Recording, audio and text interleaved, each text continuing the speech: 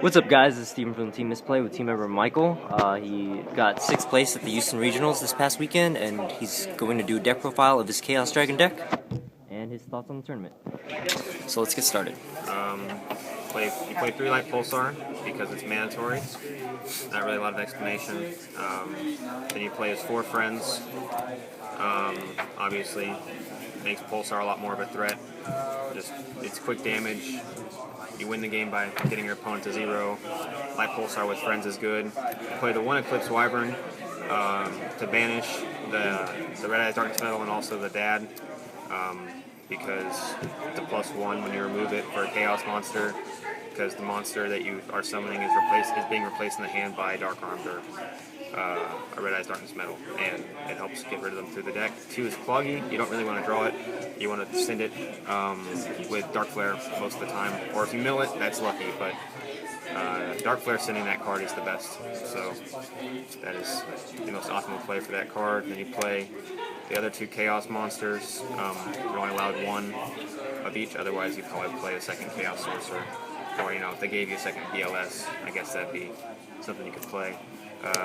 Tour Guide Engine with the Sangan. The Night Assailant for adding back Flip Effect monsters. It's mandatory, so even though you're sitting on this cost to summon a Pulsar in this deck, it still works. So, and I'm pretty sure most people are onto that by now. If that's not something you're already aware of. You play 3 ways to make sure you don't get OTK'd. Trag, especially in this deck now, is, in my opinion, a staple at 2. It's in certain matchups where some cards are dead. Trag, honestly, Trag gives them some utility in your hand as far as making a big monster, and even as far as other decks go. If you can keep them high around 3,000, 3,600, and a lot of decks don't have an answer for a 3,600 attack monster without giving up a lot of resources and going into something like an Adrius or a Zen Mains and running into it. So that is why you play 2 Trags and then Gores. Then I played 3 Maxis. Honestly, it was a meta call for me. Top 4 at the YCS proceeding this weekend was YCS Indianapolis. Was the winning deck was 6 Samurai. Maxi is really good. Second place was Wind-Ups. Maxi is really good. Third place was Gadgets. Maxi is not so good. Fourth place is Higher Addicts. Maxi is really good. So looking at that and just kind of looking at what tops, which are a lot of Wind-Ups, other types of decks similar to that, just lots of special summoning. Maxi is good. Maxi is just a stop sign. For the most part, you want to try and chain it when you can. Sometimes you can't. But even if you have a lot of advantage, and the only way your opponent can do anything is to just special summon, you can just ditch it. You can ditch it in their draw phase, standby phase, whatever. So that way, even if they're doing inherent summons like a Judgment Dragon or a Chaos Sorcerer or a BLS, you're still at least getting something from it. And then, as far as the hand traps go, double effect failure. If Heroes and Dark Worlds weren't such a thing right now, I would probably play 3 effect failures and maybe 2 Maxis. But Maxi, you can at least chant for a Miracle Fusion, or when you start seeing the Bowman play when you start seeing that play happen where they summon Stratos, add Bowman, and set 3 cards, you can just go ahead and activate Maxi because you know what's going to happen. So in that sense, I felt like Maxi was a stronger card versus Effect Veiler, although Effect Veiler definitely has its uses, but in the Dark World matchup, it's basically dead. And if you don't open with it, it's going to be dead too until they start exceeding.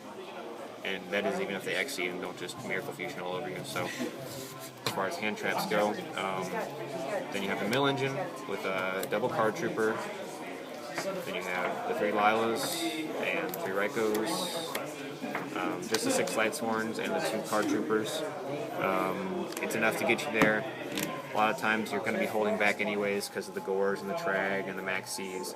So you're going to be drawing a lot anyways, and then playing these a little bit more cautiously late in the game. So sometimes you have to just summon first turn mill with Card Trooper. A lot of times it is a good play because it does plus you into the hand. But with these, they're going to be spot utility later, spot removal late in the game, and then a lot of milling or outlets for the discards on recharge or for a Light Pulsar Dragon. So that is the Mill Engine. And then as far as spells, charge and 3 solar for the one add card, then the draw cards, and then the last draw card being a lure. A lure gets sided out a lot of the time, but as far as game one, it just digs you deeper. If you have two light swarms in hand and a dad, and you can't and you don't really have any darks or any way to put darks in, banishing a dad for a lure is not a bad play if it draws you into a soul recharge that gets you going. So a lure's there. It's nice in game one for acceleration. Game two, when you play a more slow game, a lot of times it comes out. But for the main deck, I think it's still definitely worth running the one copy that you're allowed. And then to round off the deck, the Trinity of Spells, and then the last two, MST. I was playing 10 spells, 31 monsters. 31 of the 31 monsters, 5 were either maxi or effect failure. So really about 26 monsters. 26 monsters and 10 spells. So that is the main board.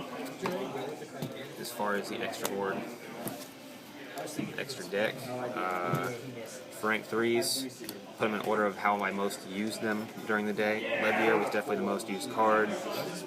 I mean, that usually means good things if you're going into Levier, because it just means you're pulling back the Lila you banished, and then you're cracking it again and milling that way, versus summoning to mill. You're taking it out of the grave and pulling it back. So I find that to be the better option if it's available. Obviously, you can't always open broken. So then Zen Mains does Zen Mains.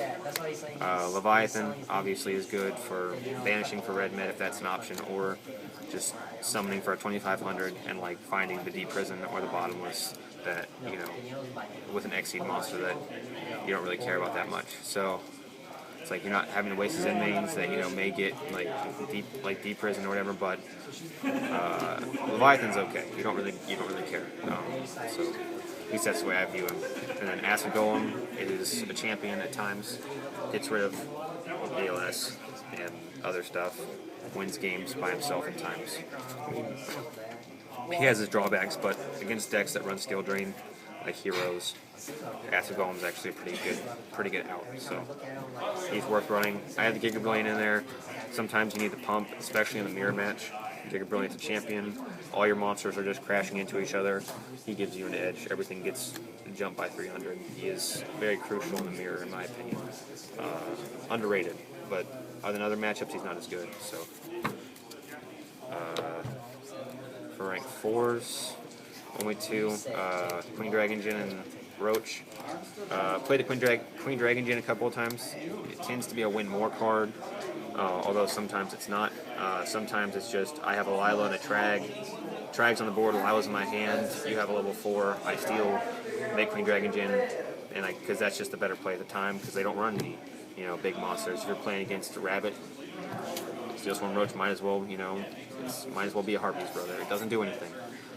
That was more for agents and Lightsworn, but I really didn't play any of those. So, and then the mirror match, sometimes you can go Roach, but a lot of times it's not the right call. Play 2 level 5s, or 2 rank 5s. Adrius and Zenmayo, no Tyrus. I don't like Tyrus. Tyrus has to attack. Sometimes that sucks. If they have something on their field face up, Adrius at least is going to take that with them, and then maybe run into a back row versus Tyrus being maybe 1-for-1 with a deep prison. So in that sense, I like Adreas because it's going to take out the monster they have and then get deep prison. So at least you plussed on that effect. And then Zenmayo, obviously it's risky with Starlight Roads running rampant, but if you happen to summon a Lila and crack and you happen to find that face down Starlight Road or that face down Solemn Judgment, typically Zenmayo ends up being really good. It's especially good against, I wanted it in there for Beardia matchups with armor and those types of shenanigans to just kill face down monsters with not flipping them, like Raikou in the mirror match, stuff like that. That was the only time I even used him all day, was in the mirror. So anyway, so rank 6s, played the 3. Some people may not play the Atum. I think the Atum is good. At times it's needed, at times it's not. I only used it once, and I wished I hadn't at the time. It felt like the right play, but it did not end up being. I was not expecting the guy to have Gores in that deck, and he did. and it cost me that game. Did not cost me the match, but cost me that game. So if I had gone into Bouncer, I would have been better off, which was the other option at the time, because I had already used the Exabeetle combo to gain the advantage. So, but Exabeetle's a champion. You could even think about running two. Sometimes I wish I had a second, because like they were the first one, and you're just like, oh, I need a second one now, because I can't use this again. So, this card is ridiculous, obviously, Summon, get rid of monster, make guy dragon, punch over. If you got rid of the Light Pulsar if you did the Light Pulsar combo, you probably won the game. So that's those three, and then you play the one Thunder Charger to lay over the top of those two, and then you play two Synchros. I didn't use either all day. I just didn't have the opportunity, especially with only two effect failures in the main board now, and none in the side. I just didn't see the need to use them. Like they're not. It's not that they're bad. There wasn't the time. So that'll wrap up the extra board. All right. Side deck. Side was two Thunder Kings. I was expecting more wind-up matchups, and obviously it shuts down the factory the first turn exceeds unless they have D-Fisher, but otherwise first turn factories, other decks are like adding to hand special summoning like Lot. It's also an okay card for the mirror. It's not optimal for the mirror, there are better cards, but it's a card that also works well in the mirror instead of like an MST, which is completely dead. And it's better to have a Thunder King than an MST in that matchup. So, and for heroes and other decks that like to special summon or add a lot of cards, Thunder King does some things. And then 3 Gemini Imps. I hate the Dark World matchup. I think that is Chaos Dragon's weakest matchup at the current moment. Even sided, if you don't hit the imps, like you're in a real grind, because you can play Shadow Imprisoning, but they're probably expecting that or Decree. So they probably left in. They may have brought in MSTs, and if you play Shadow Imprisoning, a lot of your monsters are now vanillas, and having a vanilla tour guide to hand really sucks as far as testing with that card went. So I don't like playing Shadow Imprisoning Mirror. Some people may do that or agree with that. It's not for me. I don't like vanilla tour guides or vanilla dad or vanilla red med or any of that stuff. So I was not going to play Shadow Imprisoning. I played 2 Dust Tornadoes. No Decree. Don't really like Decree right now. There's a lot of cards that hurt this that are sided right now are going to be like D-Fishers and Messengers and Level Limits and Necro Valleys and those types of cards, and Decree does nothing to any of them. Of course, the Tornado gets rid of all of them. It also gets rid of the other field spells like, the Gear Towns and all that other shenanigans. Obviously, you don't want to kill Gear Towns if you don't have to, but sometimes it's the right call. If they have, a Malefic on board, if they have Cyber and Dragon, they're attacking you for game, sometimes it might be the right call with Dust Tornado that field spell. Especially if it's locking you out of the game. 2 Soul Taker, problems, obviously, problem removal. Dolka, Kaiku, Fossil Dyna, Vanity's Feed if somebody actually had that card. I've heard it's sided, or I've heard people should side that card. I've heard it's really good in the side deck. I don't know where I heard that, but I heard it's good. It also makes the Pulsars and the Shining miss timing, so Soul Taker, Smashing Ground, whatever your preference is, it's just a monster removal card. There's always going to be cards you can't get rid of, or you'd rather just use a spell card to get rid of and then swing for game as fast as possible. That is the ultimate goal of the deck. The third MST is obviously the side deck. I was expecting machine-type matchups, so I had these in the sideboard. I didn't feel like extra decking the Chimera Tech. I wanted the extra space. I had a slot in my sideboard, which I was kind of like iffy on, and I wanted to play Roach. That was the last card in, because I do not like the Agent matchup of Christias and Hyperions. I felt like the Roach in the extra deck was crucial if I needed it, and so therefore I decided to side deck the Chimera Tech. Obviously I didn't use it. I didn't play Machine matchup. I didn't play Gears or anything all day. It was completely garbage. As far as the card, I sided Cyber Dragon in once or twice, just as a card in a matchup or two. But that was it could have been something else that probably would have been better. And the last two are a touch more unorthodox. Karma Cut, because I love the card. In theory, it's really cute and it should work. It doesn't end up working a lot, mainly because I don't have to draw this thing. I sided it in 6 of my 9 rounds. I only got it off once because I only drew it once, and it won me that game. I removed 2 graphics off of it, so that is the idea of the card, and it should work sometimes, but I milled it more often than not, or I didn't hit it, and like that's one of the reasons I don't run Treacherous Trap Hole. Is like it's just a one of, like I never feel like I'm gonna hit it, and if I ever actually set the stinking thing, they're gonna know what it is, and it's gonna get in phase MST, and I'm never gonna get it off, and I'm just gonna be mad. So Karma Cut probably will come out, although in theory it's nice. Battle Fader is a card I sided last format because the mirror match was a lot more prevalent, and it was a way to make sure you didn't lose the mirror match, especially if you went Tour Guide Singing first turn and passed, and they just went ballistic. You didn't have to lose because you could add Battle Fader if you didn't have doors or something like that.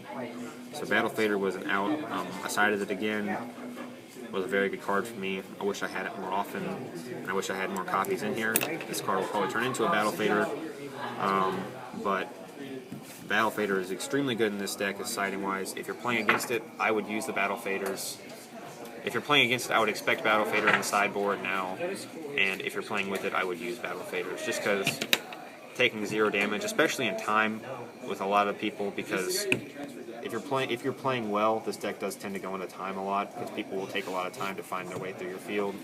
And you can survive and you can stall for a long period of time, which is Pulsar Lock. So Battle Fader in time is very good. I was actually able to, my round 2 matchup was a Monarch matchup, and I was able to go into a bouncer at the end of on my turn 3, just bouncer with Battle Fader in hand. So I could not lose.